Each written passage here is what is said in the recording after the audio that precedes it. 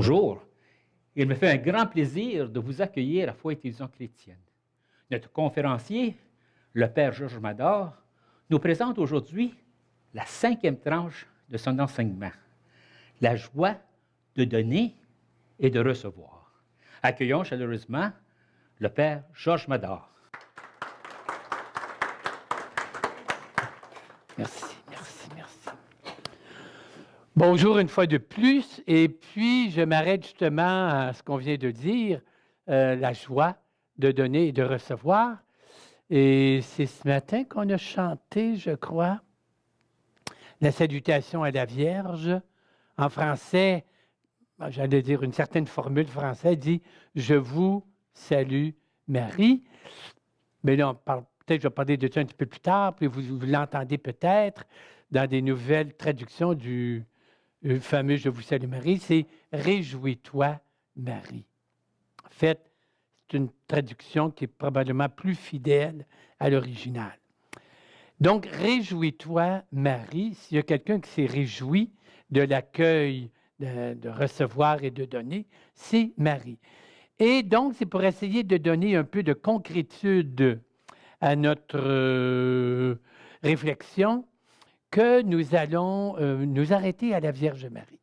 Nous allons regarder la Vierge Marie pour voir comment est-ce qu'elle a accueilli, finalement. OK. Je commence par dire, vous posez des questions. Je présume que vous connaissez votre Bible un peu. Est-ce que Saint Paul parle de la Vierge Marie? Pas fort. Pas fort. Galates 4.4. Il a écrit « Jésus né d'une femme ». Mais il ne s'est pas forcé, hein? J'aurais pu le dire, ça. Mais c'est une manière pour lui de dire que Jésus est bien un être humain. Hein? OK. Puis là, on vient de passer Noël, puis on a beaucoup vu tous les bergers, Marie-Joseph à Bethléem, et puis les bergers qui arrivent. Tout ça est très joli. Matthieu, on a vu Matthieu aussi, hein? Puis lui, c'est les mages, la fuite en Égypte, etc. Bon, c'est des belles histoires. Est-ce que Saint Marc, dans son évangile, parle de l'enfance de Jésus? Non. Est-ce que Saint Jean parle de l'enfance de Jésus? Non plus. Ah ben, pourquoi qu'ils n'ont pas parlé? C'est parce qu'ils ne savaient pas. Pourtant, on dit que Jean a accueilli Marie, donc peut-être qu'il savait des affaires, on ne sait pas trop. Donc, il y a surtout Luc et Matthieu qui nous parlent de tout ce début et les premières personnes qui reçoivent Dieu dans leur vie. On va s'arrêter à Luc. OK? Pourquoi Luc prend 2 longs chapitres? C'est celui qui est à peu près le plus long. 2 longs chapitres pour parler de cette enfance de Jésus. Eh bien, je vous explique. Chacun des évangiles, Matthieu, Marc, Luc, Jean, chacun des évangiles a comme une introduction. OK?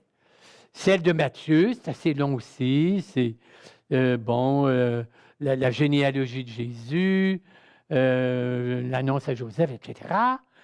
Puis, donc là, on voit que Jésus est là pour réaliser les Écritures. Il y a certaines insistances qu'on détecte, parce que chaque évangile a un peu sa théologie, hein, sa vision de Jésus, et aussi, chaque évangéliste a un petit peu son public. Ils n'écrivaient pas ça en l'air, eux autres. Hein. Il y avait une communauté qu'ils connaissaient, dont ils étaient proches, à laquelle ils s'adressaient d'une manière plus précise. OK. Chacun des évangiles, donc, a une introduction. Matthieu, Marc, c'est pas long. Hein? Évangile de Jésus, Christ, Fils de Dieu, quelque chose de même. Luc, il prend 2 longs chapitres. C'est très long, 2 longs chapitres. Et il prend son temps parce que son introduction, ça c'est bien important, il pose comme les fondations de l'Évangile. Tout le reste va être bâti là-dessus. Okay? C'est les fondements, les fondations de tout l'Évangile sont là, dans Luc 1 et 2. D'ailleurs, il y a des signes de ça, parce que tous les grands titres qu'il va développer sur Jésus, on les retrouve tous dans les 2 premiers chapitres. Tu sais, Fils de Dieu, Fils de David, Seigneur, etc. Okay. Donc, c'est des fondations. Et le reste va être bâti là-dessus. Et cette fondation-là, c'est 2 personnages qui font les fondements. Ces 2 personnages sont essentiels. S'il en manque un des 2, il ne peut pas y avoir d'évangile. Quels sont ces 2 personnages? Le premier, c'est Dieu, l'Emmanuel, celui qui vient vers nous, prendre chair. Mais Dieu pourra bien venir vers nous 1 fois, 2 fois, 10 fois, 1000 fois.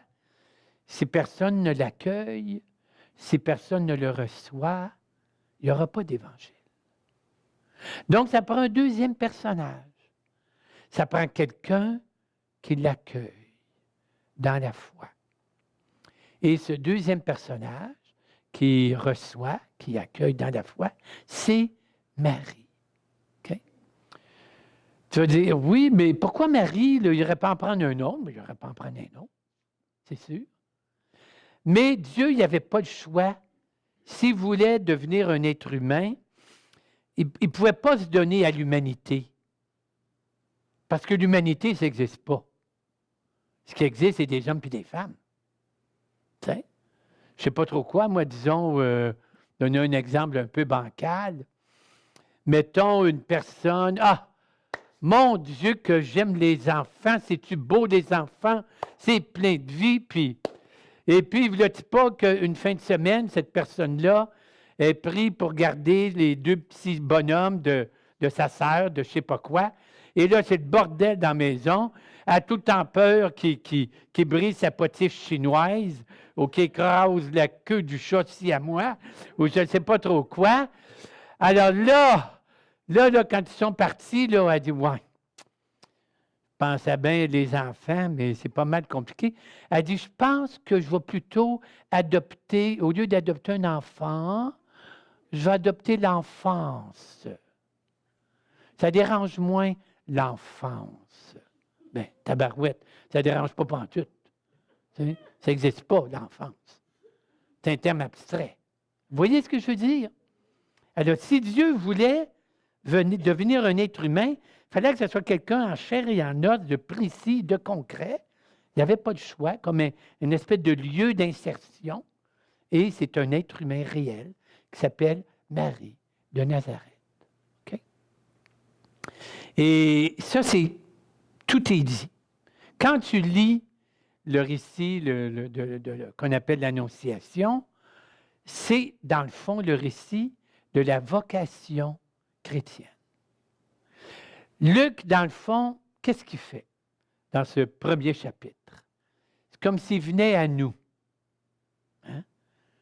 Puis il nous disait, écoute ma chère, j'ai une nouvelle extraordinaire. Dieu veut venir dans ta vie. Est-ce que ça t'intéresse? Tu dis, ben oui. Dieu, c'est la vie, c'est la joie, c'est la plénitude. Mais moi, je suis une créature. Je ne sais pas comment faire. Comment tu veux que moi, pauvre petite créature, j'accueille le Créateur? Comment veux-tu que moi, un être fini, j'accueille l'infini? Comment veux-tu que moi, qui marche dans les ténèbres, j'accueille la lumière? Comment veux-tu que moi, qui ai besoin d'être sauvé, j'accueille le Dieu infini? Je ne sais pas comment accueillir Dieu. Je voudrais bien l'accueillir, mais pauvre petite créature que je suis, je ne sais pas comment. Et Luc me répond, je vais te montrer quelqu'un qui est comme toi. Je vais te montrer quelqu'un qui est un être humain. Quelqu'un qui marchait dans la foi. Quelqu'un qui était une simple créature. Mais quelqu'un qui, dans son état de simple créature, a accueilli et a reçu Dieu parfaitement dans tout son être. Je vais te présenter cette personne qui a accueilli Dieu dans tout son être, qui l'a reçu parfaitement. Regarde-la, écoute-la, vois ce qu'elle fait, suis-la. Elle va t'apprendre, toi, petite créature, à accueillir comme elle, simple créature, à accueillir Dieu, l'infini, dans ton état d'être fini. Alors, vous voyez, quand on parle d'avoir une dévotion à la Vierge, c'est pas rien qu'une petite patente, ben oui, la Sainte Vierge ou Saint-Joseph ou Sainte-Anne ou Sainte-Gudule, bon, c'est des saints. Wow, wow, wow, wow. C'est pas ça que tu as d'Évangile, là. Hein? L'Évangile, elle ne parle pas de Sainte-Anne, elle ne parle pas on va parler de Saint-Joseph un petit peu, mais on the side, quasiment, tu sais. Mais là, il y a quelqu'un, là, c'est elle qui l'accueille, là. Tu sais, dans son corps. Puis c'est pas rien qu'un, on voit ça aujourd'hui, des mères porteuses. Hein? Ils louent leur utérus. Bien, Dieu n'a pas dit à Sainte-Vierge, peux-tu me louer ton utérus pour 9 mois? Là, fais-toi-en pas, je ne dérangerai pas trop. Là, tu sais? Ben non, ça ne marche pas de même. Lisez votre évangile, lisez votre Bible. Dieu a besoin que la personne qui l'appelle adhère à son projet, comme avec Moïse. Tu sais? Puis Moïse qui ne voulait pas, puis Dieu est obligé de le convaincre. Puis finalement, Moïse embarque, mais... Puis là, c'est un petit peu pareil, hein? Dieu, il demande à Marie, puis Marie, ben oui, m'a dit, je ne vis pas avec un homme, comment ça va marcher? C'est pas toujours limpide. Donc, ça, c'est la première chose, très, très importante. Hein? Comment elle reçoit. Et je dirais, parfois j'emploie l'expression, que Marie, elle est la professionnelle de l'accueil de Dieu. Elle vient nous apprendre comment accueillir Dieu. C'est le lien que je vois, moi, avec des apparitions de Marie. On n'est pas obligé de croire dans les apparitions. Vous savez ça, hein? Vous pouvez dire, moi, je ne crois pas ni dans Notre-Dame de Lourdes, ni dans Fatima, je ne crois rien de ça. Vous ne serez pas excommunié, là. Parce que comment ça s'appelle? Les apparitions, c'est du domaine, ce qu'on appelle les révélations privées. Puis personne n'est obligé de croire des révélations privées. Ce qu'on est obligé de croire, c'est l'Évangile, bien sûr. Mais révélations privées, bien, prenez-les pas, ça vous regarde. T'sais? Mais c'est quand même intéressant de voir que Marie, elle nous accompagne. C'est ça, les apparitions. Ce n'est pas pour faire quelque chose de spectaculaire, tout ça. C'est dire, bien, je suis là, hein? Puis je suis là pour vous guider, vous accompagner, vous éclairer, vous prendre la main, comme une mère fait avec ses enfants. OK? Bien important. Là, si on continue, rappelez-vous, la première chose que Marie fait à l'Annonciation. Qu'est-ce qu'elle fait à l'Annonciation? La Sainte Vierge, elle, mon Dieu, vous êtes muets comme des carpes. Elle accueille. Qu'est-ce qu'elle fait à l'Annonciation? Elle est remplie de... Peut-être, oui. Réjouis-toi. Bien, écoutez, là, on va... Elle dit oui. Bon. Ça va te finir par Pardon, ouais. Mais attendez bien, là. Il y a un petit bout qu'on a peut-être manqué. Alors, je lis l'Évangile de Luc, chapitre 1, verset 26. Le sixième mois, quel sixième mois? De la grossesse de qui? Ben oui, bon, on l'a dit avant, elle était rendue à son sixième mois. Donc, le sixième mois de la grossesse d'Élisabeth, l'ange Gabriel fut envoyé par Dieu dans une ville de Galilée. Alors, la Galilée, c'est le nord. Vous savez l'histoire, ceux qui connaissent un petit peu leur histoire sainte, là, il n'y a pas une bien bonne réputation, la Galilée. Hein? C'est un peu métissé. Parce qu'eux autres, dès 720 avant Jésus-Christ, ils ont été conquis par la Syrie. Et la méthode qu'on employait à l'époque, on mêlait les populations. Alors, on a pris une partie de la population juive de Galilée, on les a envoyés en exil, puis on a pris des païens, des Assyriens, puis on les a amenés en Galilée. Tu sais? Comme ça, tu brises le tissu social, puis tu contrôles plus la population. Ça, c'est la première affaire. La deuxième affaire, c'est qu'il y en a eu un autre après. En 580, il y a eu une autre conquête, un autre brassage de population. Alors, les Galiléens, c'était un petit peu marginal. C'était pas la vraie. C'était pas des Juifs pur laine. Là, il y avait bien de l'acrylique là-dedans, des affaires de même. OK?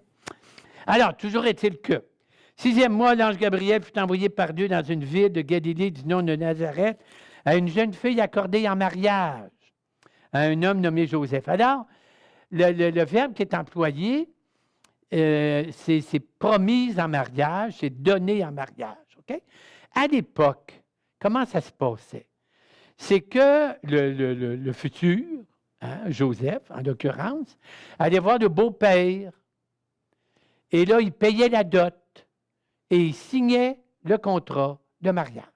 Ils étaient mariés. Sauf que les jeunes filles étaient mariées très, très jeunes, alors ils n'allaient pas demeurer tout de suite avec leur époux. Ils demeuraient dans leur famille, se préparaient tranquillement, et au bout d'un an ou quelque chose comme ça, là, il y avait une petite fête. Et là, la fête consistait à ce que l'époux, avec ses chums, vienne rencontrer sa femme avec ses amis, et là, il apprend. Et là, il l'amène dans sa maison. Okay? Donc, Marie, elle est vraiment mariée avec Joseph, sauf que elle demeure encore avec ses parents de la maison de David. Cette jeune fille s'appelait Marie. L'ange entra auprès d'elle et lui dit, « Réjouis-toi, comblée de grâce. » C'est beau, hein? Réjouis. Il n'y a pas d'écoute bien, là. Quelque chose de bien important à dire, là. Pas de niaisage. Mais non. C'est pas une leçon de grammaire, là, tu sais. C'est une annonce. Vous savez que évangile, du grec euangélion, ça veut dire l'heureuse annonce. Joyeuse annonce. Et là, c'est comme l'évangile. Réjouis-toi. Okay. Kaire. Pourquoi qu'on traduit des fois par salut, je te salue? C'est que le kaire, qui veut dire réjouis-toi, était devenu à l'époque le bonjour. Okay? Au lieu de dire bonjour, mais c'était kaire. Okay? Mais pourquoi qu'on dit, il faudrait peut-être traduire par réjouis-toi? C'est parce que là, on est collé sur le prophète Zacharie qui dit « Réjouis-toi, Jérusalem, le Seigneur est en toi. » Bien là, ici, c'est à peu près pareil. « Réjouis-toi, Marie, le Seigneur est avec toi. » On nous écoute. Saint Luc, surtout dans les 2 premiers chapitres, est rempli de références à l'Ancien Testament. Alors, c'est évident qu'il pensait au prophète Michée. Et d'ailleurs, la thématique de la joie revient tout le temps. Hein? Les anges qui disent, qui disent aux bergers, je vous annonce une grande joie, une bonne nouvelle, une grande joie pour tout le peuple. OK?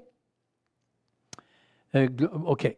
Donc, c'est sûrement ça. Donc, et là, il y a quelque chose de beau aussi, c'est qu'en Marie, il y a comme tout le peuple juif là, qui arrive au terme de son attente. Ce pauvre peuple juif qui n'a jamais été capable de bien recevoir Dieu. Ils ont tout le temps manqué leur coup. Ils n'ont jamais été capables de dire un beau oui parfait à Dieu. C'est à l'imparfait du subjonctif. Hein? Plutôt imparfait. Okay? Et là, Marie est là. Et c'est toute l'attente, tout le désir de l'Ancien Testament qui est devant Dieu. Et là, je continue. Toi qui as le Seigneur est avec toi. Et là, que fait Marie? Elle fut très troublée. Elle n'a pas dit « Oh boy! » Tu sais? Elle est troublée, profondément troublée. Elle ne comprenait pas ce que ça voulait dire. Ah, c'est ça qu'elle ne comprend pas. Elle est supposée d'être l'Immaculée Conception. Puis l'ange lui dit « Sois sans crainte, tu vas être enceinte, tu vas avoir un enfant. » Puis là, ben, elle pose une question. Donc, premièrement, elle est troublée. Deuxièmement, elle ne comprend pas. Puis troisièmement, elle pose des questions. Bien, coudonc, elle l'a-tu la foi ou elle ne l'a pas? Tu sais? Bien, justement, Luc est en train de nous dire, vous savez, accueillir Dieu, ce n'est pas toujours facile. Croire, ce n'est pas toujours facile. Recevoir Dieu dans sa petite vie humaine, ce n'est pas toujours facile. Puis des fois, on ne comprend pas. Puis Marie n'a pas compris. Et le dernier épisode de l'Évangile de l'enfance à la fin du chapitre 2, c'est quand Joseph et Marie perdent Jésus à Jérusalem, le cherchent pendant 3 jours, le retrouvent dans le temple, hein, vous vous rappelez l'histoire? Et Marie a dit à Jésus, pourquoi tu nous as fait ça? Tu ne vois pas, on est tout à l'envers à te chercher. Et Jésus répond, pourquoi me cherchez-vous? Ne le saviez-vous pas? Je dois être chez mon Père. Hein? Puis là, la Sainte Vierge a dit, ben oui, j'aurais bien dû y penser. Comment ça fait que je n'ai pas pensé à ça? Ben non, c'est pas ça que l'Évangile dit. L'Évangile dit, ses parents ne comprirent pas. Ça, c'est fort. Hey, ça fait 12 ans que Jésus grandit à côté d'elle, là. Elle a été remplie de l'Esprit Saint. Elle est immaculée conception, puis elle ne comprend pas. Ça, Luc, qui est après nous dire quelque chose d'important, là. Ne pas comprendre, ça fait partie de la foi.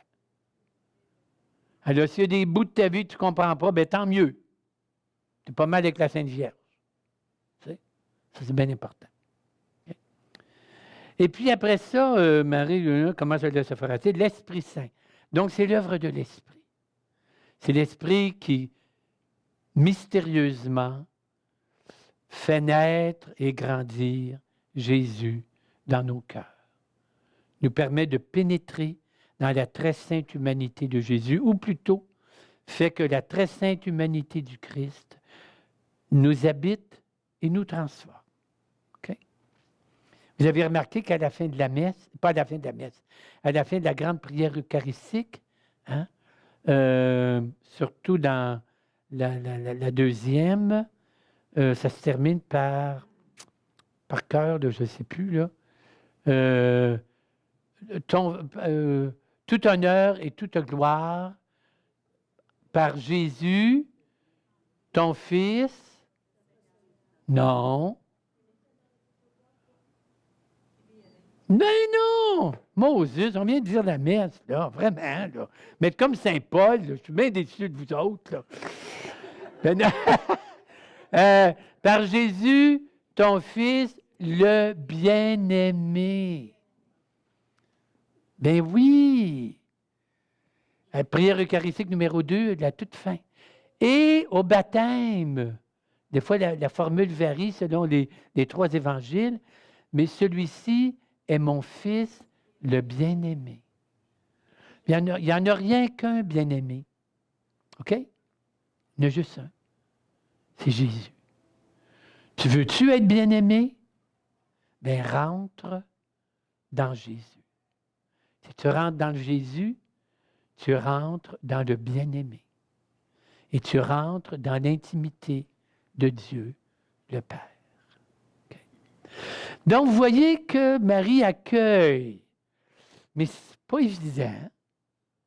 Puis, elle pose des questions, puis elle ne comprend pas, puis elle chemine, puis elle cherche, comme nous autres. On ne comprend pas toujours. On chemine. Et d'ailleurs, il y a le très beau chant, je ne sais pas si vous le connaissez, on chante souvent ça, nous, à Montréal, la première en chemin. Marie, tu nous entraînes à risquer notre oui, à risquer notre oui aux imprévus de Dieu. Hein? Ça, c'est Marie. La première en chemin. Marie, tu nous entraînes à risquer notre oui aux imprévus de Dieu. Marche avec nous, Marie, sur le chemin de foi. Tout est accompli.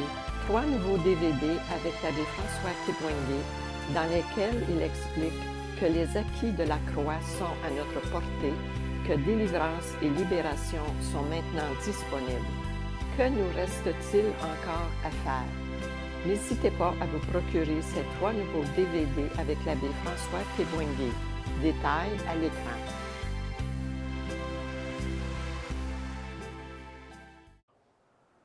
Il est pécheur comme moi.